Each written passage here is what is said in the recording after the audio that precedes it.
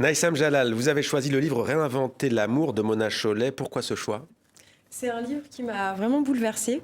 Alors le titre complet, c'est Réinventer l'amour, comment le patriarcat sabote les relations hétérosexuelles. D'accord. Et je trouve ça très intéressant parce qu'il y a une grande mouvance féministe qui a toujours été plutôt homosexuelle, a refusé la présence de l'homme dans les vies des femmes.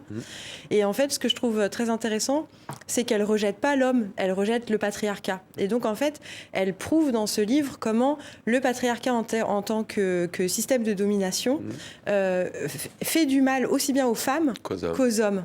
Et qu'on est tous prisonniers de ça et qu'il s'agit donc de déconstruire ça pour réinventer l'amour. Voilà, déconstruire pour inventer l'amour. Coco Mac, l'influenceuse culinaire Loulou Kitchen, qu'est-ce qui vous plaît chez elle? J'aime tout chez elle. En fait, pour quelqu'un qui ne sait absolument pas cuisiner, j'ai enfin trouvé une influenceuse cuisine qui me donne envie, en fait, de me mettre vraiment à la cuisine. À chaque fois qu'elle fait un Reels ou une vidéo, ça me donne envie de rentrer dans ma cuisine, d'ouvrir mon frigo et de faire exactement la même chose. J'adore son contenu. Ouais, on voit sur ces quelques images qu'effectivement ça donne envie de reprendre ces recettes. L'INESCA justement, ouais. lentilles de Palestine, bientôt projetées dans le cadre du festival documentaire d'Al Jazeera. Pourquoi ce coup de cœur?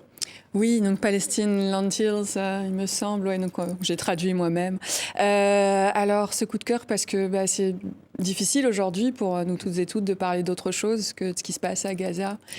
Et donc là, il s'agit d'un court-métrage documentaire sur un chef cuisinier qui a créé une cuisine solidaire pour les personnes déplacées.